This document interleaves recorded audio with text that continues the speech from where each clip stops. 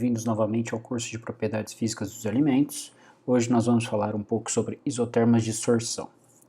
Bom, como a gente já viu anteriormente, numa temperatura constante, a atividade de água de um alimento vai equilibrar com a umidade relativa do meio. Para a gente lembrar, então, um alimento com atividade de água mais baixa do que a umidade relativa do meio vai tender a receber água, receber umidade, hidratando, né, do meio. Então ele vai sofrer a hidratação, vai aumentar a sua umidade e também a sua atividade de água. Quando o alimento tiver atividade de água acima da umidade relativa do ambiente, esse alimento ele vai tender a perder água, a desidratar e até entrar em equilíbrio com o ambiente. No caso, os dois, o alimento sempre vai tender a entrar em equilíbrio com o ambiente, sofrendo hidratação ou adsorção ou a desidratação, a dessorção. Mas como que a gente pode exemplificar ou deixar mais fácil ou mais visível essa relação entre a umidade do alimento e a sua atividade de água?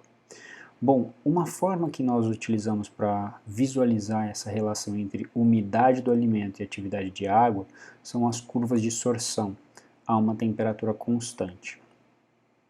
Bom, aqui nós temos duas curvas, tá? A vermelha é a curva de dessorção e a verde é de adsorção. Ah, mas como é isso? Bom, vamos imaginar que nós tenhamos um alimento com alta concentração de umidade e alta atividade de água. Quando esse alimento ele é desidratado, ele sofre a dessorção, a perda de água para o ambiente. E, num outro ponto, quando nós temos um alimento extremamente desidratado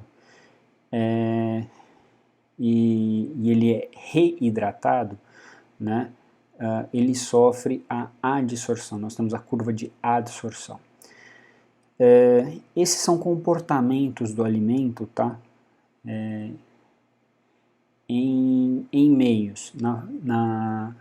Então, assim, na verdade, a dessorção e a adsorção, as curvas correspondem ao comportamento do alimento quando ele sofre a desidratação ou a hidratação, respectivamente. Na região 1, nós temos água fortemente ligada ao alimento, tá bom? Essa água, ela é presente na forma de monocamadas, ou seja, a água na forma, moléculas de água estão fortemente ligadas às estruturas polares do alimento, formando uma monocamada que é praticamente estática, tá? Não congelável, fortemente ligada e muito difícil de ser removida do alimento. Na região 2, nós temos a presença de mais água. Então imagine assim, que o alimento foi absorvendo água, então após você ter a presença da monocamada, teria a adição de camadas superiores a essa monocamada. Ou também a presença de água nas regiões apolares, onde a interação com a água não é tão forte. A água presente nessa faixa de atividade de água e de umidade, ela vai estar ligada, vai ter uma força considerável de interação com o alimento, mas ela é removível, embora necessite de uma grande força também para que essa remoção aconteça. Já na região 3, é a região onde a água é considerada livre, ela está presente no alimento, está presa no alimento por capilaridade. essa água livre ela é chamada de água biológica ou água solvente. Para exemplificar, eu trouxe aqui um esquema representando o corte de um alimento qualquer, onde nós temos as estruturas moleculares, tá? E entre essas estruturas moleculares nós teríamos capilares, água presa por capilaridade entre as estruturas moleculares.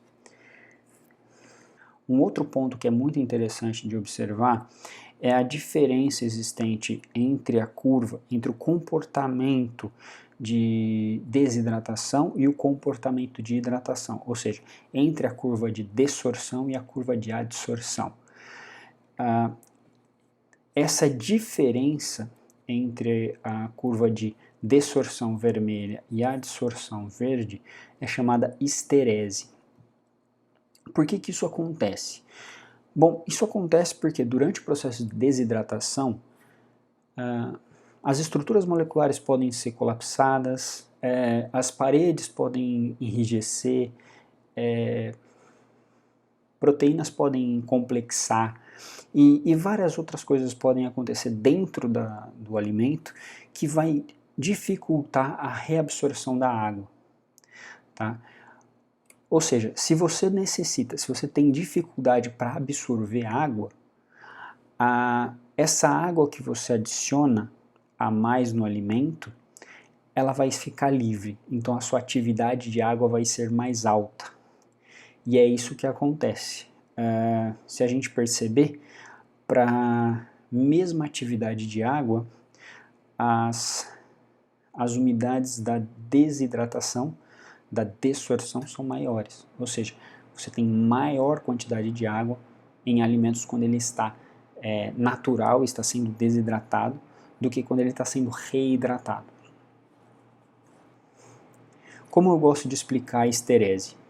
Bom, pensa assim, novamente olhando esse esquema do corte de um alimento qualquer, onde a gente tem as estruturas moleculares. Quando inicia-se a desidratação, a primeira água a ser evaporada, ser removida do alimento são as águas presentes nos capilares, porque ela está mais livre, mais fracamente presa ao alimento. Posteriormente vão ser as águas presentes na superfície, tá? Que são aquelas águas normalmente presentes ali na região 2, né? Que são as da região 2 ali. Então, tem uma força, estão ligadas, mas ainda são possíveis de serem removidas. A remoção dessas duas águas, tá, tanto da água dos capilares quanto da água das estruturas moleculares, causa a colapsação das moléculas, tá bom? Então, quando nós reidratamos o alimento, a absorção é muito lenta de água. A absorção de água é muito lenta e muitas vezes ela não ocorre, ela não acontece. Por quê?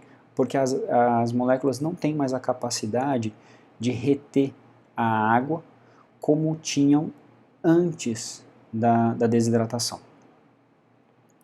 Na teoria, após a hidratação, as moléculas e as estruturas moleculares deveriam voltar a ter mesmo aspecto e mesma estrutura que tinham antes da desidratação. Mas isso não ocorre porque os processos de desidratação são um tanto quanto traumáticos para o alimento normalmente. Alguns pontos que eu gostaria de chamar a atenção para as análises das curvas de dissorção. O primeiro é aqui. Imagina que nós temos, para um gráfico de isotermodissorção, 3 curvas. Cada curva é a curva de adsorção de água, tá? Numa mesma temperatura para produtos diferentes. Então, cada curva representa a curva de adsorção de um produto diferente. A verde é a do produto A azul do produto B e a vermelha ou laranja do produto C. Todas na mesma temperatura. Em uma determinada atividade de água, nós podemos perceber que a umidade de cada um dos produtos é diferente. E aqui que eu gostaria de chamar a atenção. Como o produto C é o produto que tem a maior umidade na atividade de água, qualquer aqui, ele é o produto com a maior higroscopicidade, ou seja, maior capacidade de retenção de água, tá? Ou maior afinidade com a água, tá bom? E o produto A, por outro lado, é o com a menor higroscopicidade. Um outro exemplo que eu gostaria de trazer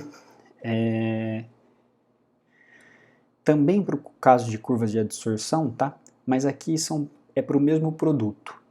A diferença é que as curvas de adsorção nesse caso são em temperaturas diferentes. Aqui a gente tem que T1 é menor que T2, que é menor que T3. E então assim, numa mesma umidade, então produtos, o mesmo produto, tá? Um produto contendo uma umidade X. Se nós aumentarmos a temperatura desse produto, nós consequentemente estamos aumentando a sua atividade de água. Então, se um produto ele tem uma umidade, nós aumentamos sua temperatura, mantendo aquela atividade de água, aquela umidade dele, não a atividade de água, mas a umidade daquele produto, a atividade de água desse produto vai aumentar. O problema no aumento da atividade de água é que isso causa a instabilidade dos produtos alimentícios durante o armazenamento. Aí, por exemplo, eu gostaria de trazer aqui um gráfico de velocidade de reação em relação à atividade de água. Esse é um gráfico que representa vários tipos de reações que ocorrem no alimento e a sua variação de velocidade em relação à atividade de água. Por exemplo, eu gosto muito de pegar o crescimento microbiológico. Por exemplo, bactérias que ocorrem acima de 0,8 de atividade de água, crescimento de leveduras acima de 7, fungos que também ocorrem ali acima de 0,7 de atividade de água. Então, assim, em relação então aos micro-organismos que são muito perigosos para o alimento, para a estabilidade de alimentos armazenados, a gente tem aqui algumas, quais são as faixas que eles atuam, né? Bactérias não vão se multiplicar abaixo de 0,91 de atividade de água. Ao mesmo tempo, fungos abaixo de 0,8, leveduras abaixo de 0,88. E isso é muito interessante, porque a gente consegue ter um controle microbiológico simplesmente pelo controle da atividade de água.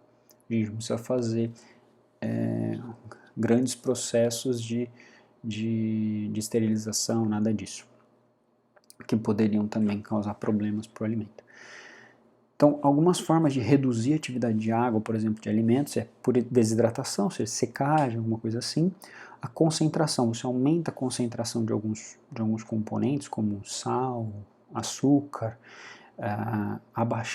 baixando aí a atividade de água do alimento, ou até mesmo congelamento.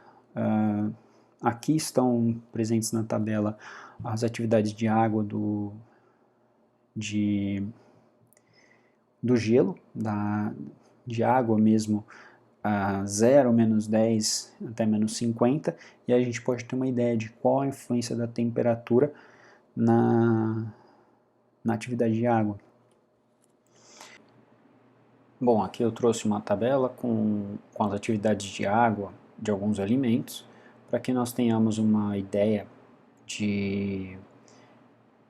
da estabilidade de cada um desses produtos e suas faixas de atividade de água.